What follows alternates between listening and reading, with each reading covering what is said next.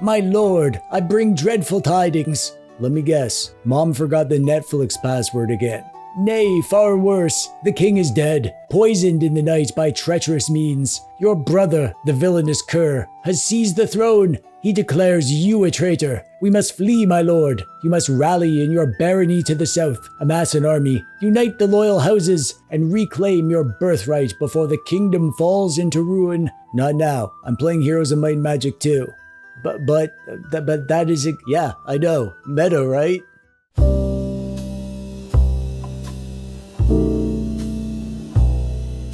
Welcome, my friends, to the Dusty Game Society. We are the noblest and dustiest of dweebs exploring the forgotten halls of the games of yore. I'll tell you more about the DGS at the end of the video because now we have a game to share. I invite you to gather around the flickering glow of your retro emulation doodad of choice, grab your warmest mug of root beer, and huddle close while I regale you with a tale of a game so important it created and shaped an entire genre. Today we're revisiting an absolute DOS-era legend. Heroes of Might and Magic 2. This game came out back in 1996 and teenage TechDweeb was nuts about this game. Me and some friends used to have weekend-long Heroes 2 games. We did that instead of boring partying and talking to girls. We'd stay over at my buddy's house, in his mom's basement of course, and we'd play these epic Heroes 2 scenarios that took multiple days to get through. It's hot seat multiplayer, so whoever's turn it was would go take the commander's chair at the PC, and the rest of us would have a few games of Magic the Gathering on the go while we waited for our turn.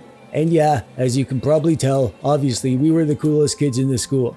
Way cooler than those Pokemon dorks. Heroes of Might and Magic 2 is kinda hard to describe. It's like half role-playing game, half strategy game, and half like fantasy chess. It's all of those things mushed together. You build towns and upgrade your settlement and recruit heroes and monsters and cast spells and more or less try your hardest to conquer the world with an army made of skeletons and halflings and boars. I mean, there's factions and stuff, but very often your army just evolves into a ragtag mismatched bunch of misfits, like the retro handle community. The original Heroes was already a hit, a super popular game, but Heroes of Might and Magic 2 polished the rough edges like an artisan blacksmith crafting his masterpiece. It fixed simple quality of life annoyances like actually telling you why you couldn't build a building and letting you split troops into different stacks. The battlefields doubled in size, allowing for actual strategy beyond just dogpiling enemies. At the time, these improvements blew our dweeby little minds, and they set a new standard for turn-based strategy.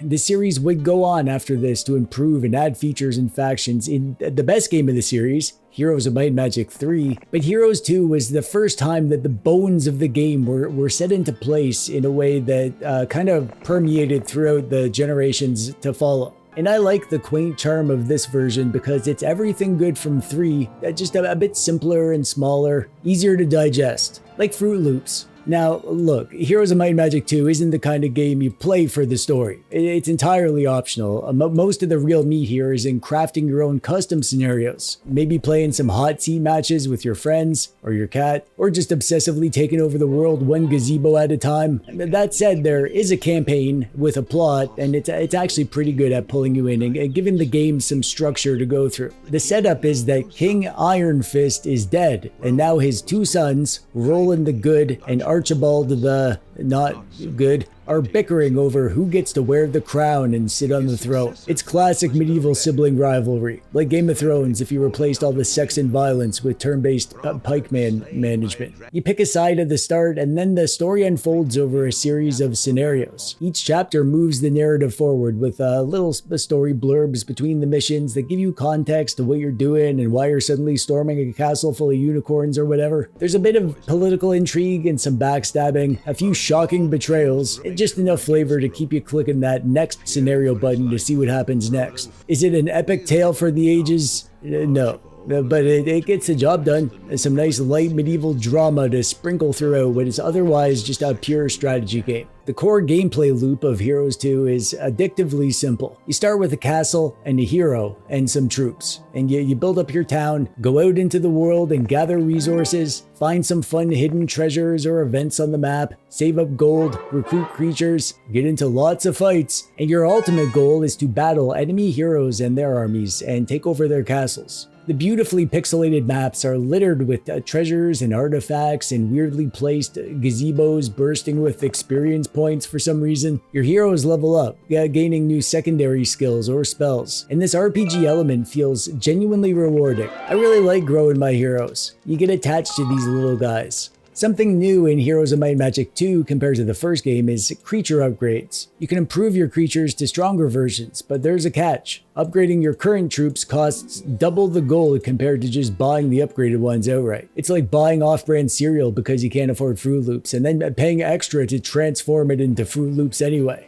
And as the name would imply, there's magic in the game. You have spells and your hero can cast them, and you can use those to buff troops or make them faster, or just shoot things at the bad guy troops. And you can learn new spells as you go through the game. Not every hero can cast spells by default, so some heroes are more casty and some are more smashy, and you'll end up playing to those strengths. It's pretty basic, and the magic system isn't perfect. You'll still run out of MP faster than I run out of off-brand Fruit Loops, and direct damage spells quickly become weaker as your enemy's armies grow faster than your spell power. So, however, clever spell use can turn the tide of a close battle, especially buff spells. The game features 6 unique factions, each with their own strengths and weaknesses and completely bonkers fantasy creature rosters. You got knights, who are all about strong but kind of boring human units, although they do have these archers that can shoot twice once you upgrade them, so I like them for that. Barbarians, who are fast and aggressive, they're probably my favorite. They have like goblins and orcs and wolves and stuff. And there's sorceresses with a love for unicorns and Pegasi.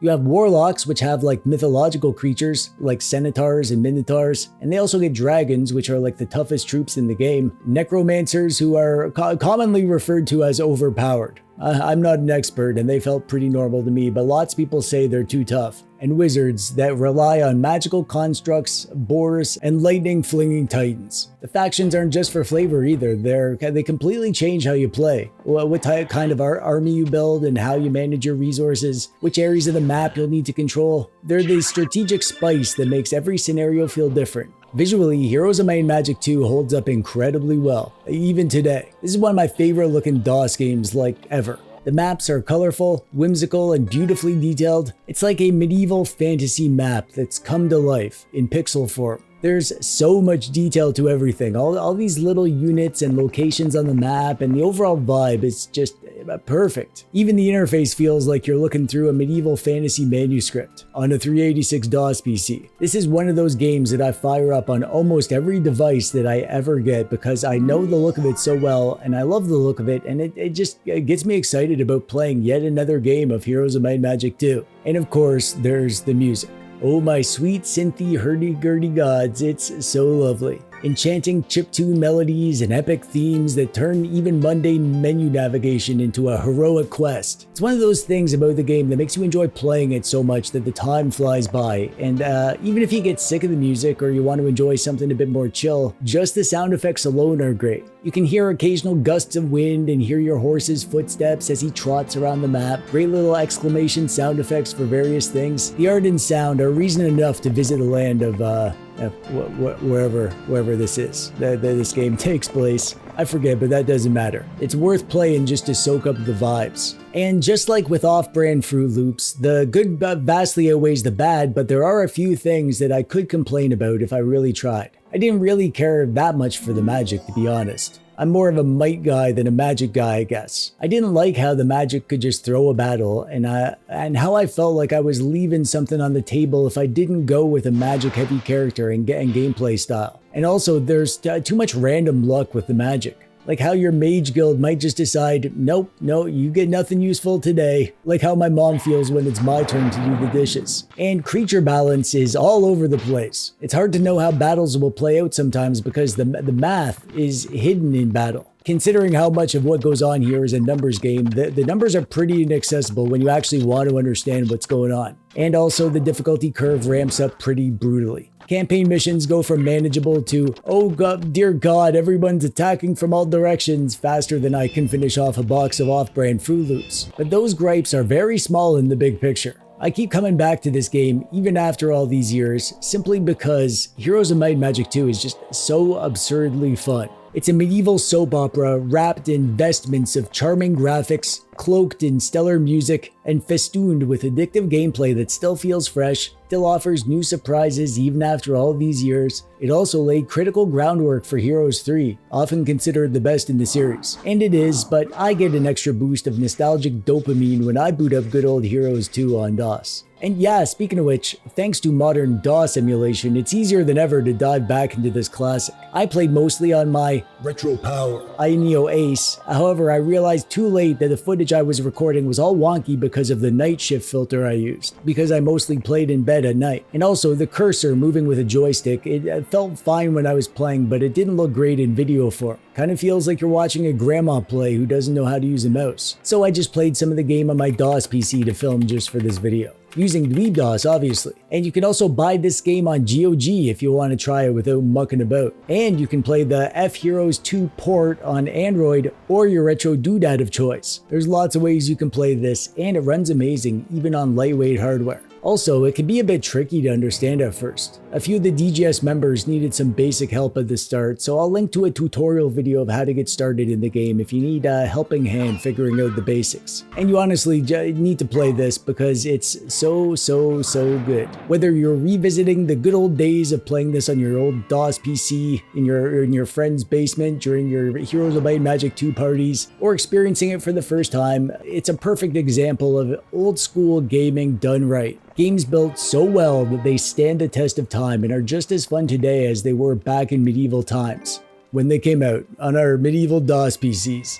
However, fear not, these are just my thoughts on the game, but the Dusty Game Society isn't a one dweeb show, and we had a whole bunch of Dusty Dweebs taking part this month. I had a great time seeing everybody talk about this one all month long, so let's hear what some of the other DGS members have to say about Heroes of Might and Magic 2, shall we? Chris RK is new to the DGS. Welcome, and this made him realize that he's not only dusty but also very rusty. Enjoyed it as a decent game but had to give up because it was too hard. AJP couldn't join because he's playing a different game with a different Game of the Month club. And like, who cares? Not me. I'm not even a little bit jealous. Judy B played the Game Boy Color version because DOS is scary and found it a bit slow and lopsided but pretty fun. The chiptunes were good and the AI was dumb, and now she's curious to try the real thing next time. 6.5 root beers out of 10. I personally really love the Game Boy Color version. I played that a bunch on my RG Nano. I'm glad someone gave that one a try. Banana Party is new to the DGS and is already hooked on this game. They really hit the ground running with this one. Despite never touching the series before, they fell hard for the resource hoarding and empire expanding dopamine drip and plan to keep playing long after the month is over. Retro PNW also played the Game Boy Color version for their first DGS game and had a blast. The pace was slow, but the strategic combat and management hooked them.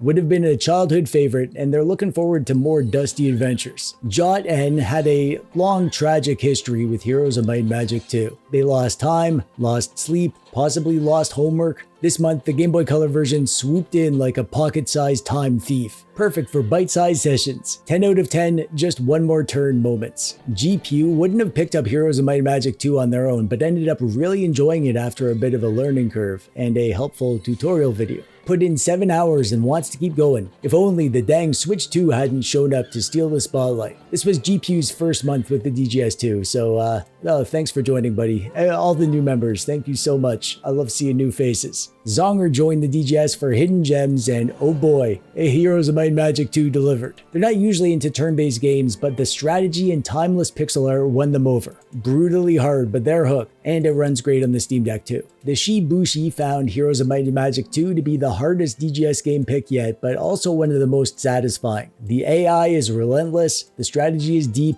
and every loss teaches you something new. They beat the Good Brothers campaign, but tapped out before tackling the evil path. A great time, if you enjoy constantly being outsmarted by a DOS game. Fallon X got smacked around in the early campaign missions, but loved every minute of it. As a veteran of RTS classics like Red Alert 2 and Warcraft 3, Heroes 2 now joins their elite list of forever games. No hand-holding, just glorious medieval chaos and pure just one more battle addiction. And that's a 10 out of 10 there. The games we play in the Dusty Game Society aren't picked at random. I pick them, and I'm trying to select a series of games to take you on a journey. These games are carefully chosen for all kinds of dweeby reasons. Some are all-time classics, some are obscure hidden gems, and some are just personal favorites from my younger, wilder, dweebier days. And that last kind is why I picked Heroes 2, and that kind is also my favorite. Because not only do I get to revisit a game I already love, but I also get to see it through the eyes of cool dweebs experiencing it for the first time. The Dusty Game Society is a